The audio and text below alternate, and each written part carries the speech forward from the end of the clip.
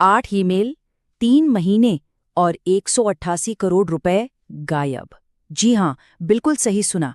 ये रकम भारत के एक टॉप बिजनेसमैन के अकाउंट से ऐसे साफ हो गई जैसे कभी थी ही नहीं। एआई डिजिटल गुरु में आपका स्वागत है, जो है डिजिटल दुनिया में सुरक्षित रहने के लिए आपका गाइड। आज हम ये जानेंगे कि कैसे अपराधी सिर्फ टेक्नोलॉजी से नहीं बल्कि लोगों के दिमाग से खेलकर बड़ी बड़ी चोरियों को अंजाम देते हैं। तो चलिए इस केस की तह तक चलते हैं। ये कहानी सिर्फ एक हैकिंग की नहीं है, बल्कि एक बहुत बड़े धोखे की है, जिसे सिर्फ 8 ईमेल्स के जरिए 3 महीने तक चलाया गया। जब जांच शुरू हुई तो पता चला कि सीईओ के ईमेल से ही बैंक को पैसे ट्रांसफर करने के ऑर्डर्स जा रहे थे।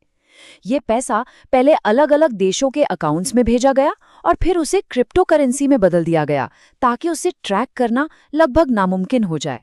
पर कहानी यहीं खत्म नहीं होती। असल में ये सिर्फ एक टेक्निकल हैक था ही नहीं। अपराधियों ने एक ऐसा जाल बुना था जिसमें तकनीक से कहीं ज्यादा साइकोलॉजी का इस्तेमाल हुआ था। तो सवाल ये है कि अपराधी ऐसा करते कैसे हैं? वो कुछ खास टेक्निकल टूल्स का इस्तेमाल करते हैं जो उनके साइकोलॉजिकल अटैक की नींव रखते हैं। क्या कभी सोचा है कि कोई किसी के बॉस के ईमेल एड्रेस से उसे मेल कैसे भेज सकता है, जबकि उसने उनका अकाउंट छुआ तक नहीं?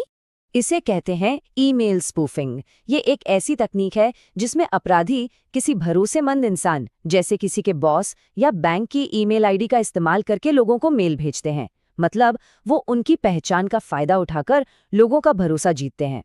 अब उस 188 करोड़ वाले केस में जो सबसे दिलचस्प बात थी वो ये है कि अपराधियों ने सीईओ का ईमेल हैक करने के बाद बैंक के नाम से नकली ईमेल भेजकर उन्हें जाली बैंक स्टेटमेंट भेजे। इन स्टेटमेंट्स में हमेशा पूरा बैलेंस दिखता था, ताकि सीईओ को कभी शक ही ना हो कि उनके अकाउंट से पैसा धीरे धीरे निकल रहा है। एक और खतरनाक तरीका है कॉल मर्जिंग फ्रॉड।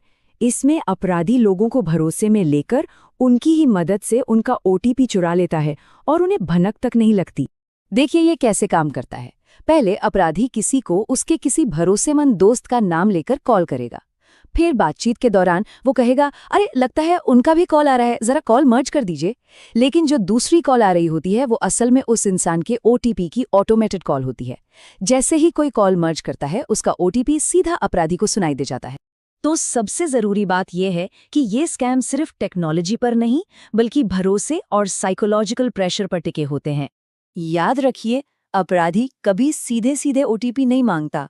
वो हमेशा एक कहानी बनाता है, एक ऐसी सिचुएशन पैदा करता है जिसमें लोग खुद ही उससे अपना ओटीपी दे बैठते हैं।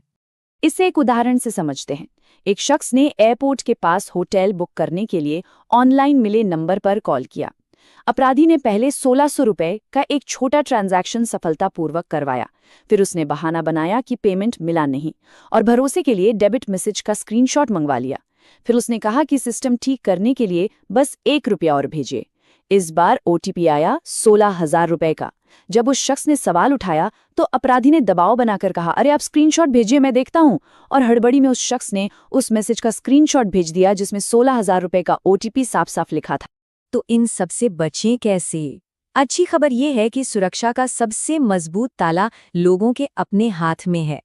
जैसा कि साइबर एक्सपर्ट अमित दुबे कहते हैं, इस दुनिया में 2 ही तरह के लोग होते हैं। एक जिन्हें पता है कि वो हैक हो गए हैं और दूसरे जिन्हें पता नहीं कि वो हैक हो गए हैं। इसका मतलब है कि हम सभी को सावधान रहने की जरूरत है। सिर्फ एक मजबूत पासवर्ड बना लेना काफी नहीं है। क्यों? क्योंकि करोड़ों लोगों के पासवर्ड पहले ही लीक हो चुके हैं और डार्क वेब पर मौजूद हैं। असली सुरक्षा सिर्फ पासवर्ड से नहीं बल्कि पासवर्ड के साथ सुरक्षा की एक और परत जोड़ने से मिलती है, जिसे 2 फैक्टर ऑथेंटिकेशन या 2FA कहते हैं। यही एक साधारण पासवर्ड और एक सुरक्षित अकाउंट के बीच का फर्क है। 2 फैक्टर ऑथेंटिकेशन या 2FA एक ऐसी सिक्योरिटी लेयर है जिसमें पासवर्ड डालने के बाद एक दूसरा कोड भी डालना पड़ता है, जो आमतौर पर यूजर के फोन पर आता है। ये किसी भी अकाउंट के लिए एक डिजिटल ढाल की तरह काम करता है। और ये बहुत जरूरी है। साइबर एक्सपर्ट्स चेतावनी देते हैं कि 99.99% व्हाट्सएप अकाउंट्स असुरक्षित हैं, क्योंकि उनमें ये साधारण सा फीचर ऑन ही नहीं है। इसे ठीक करने में सिर्फ 30 सेकंड लगते हैं। व्हाट्सएप की सेटिंग्स में जाएं, अकाउंट पर क्लिक करें और 2 स्टेप वेरिफिकेशन को इनेबल कर दें। एक 6 डिजिट का पिन सेट करें जो सिर्फ आपको पता हो। बस इतना ही करना है। तो आज की सबसे बड़ी सीख ये है कि सिर्फ टेक्नोलॉजी हमें नहीं बचा सकती।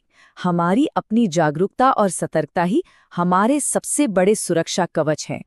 जाने से पहले एक सवाल खुद से पूछना जरूरी है, क्या सबसे जरूरी ऑनलाइन अकाउंट्स सिर्फ एक पासवर्ड से सुरक्षित है या उनमें सुरक्षा की एक और परत जोड़ी गई है?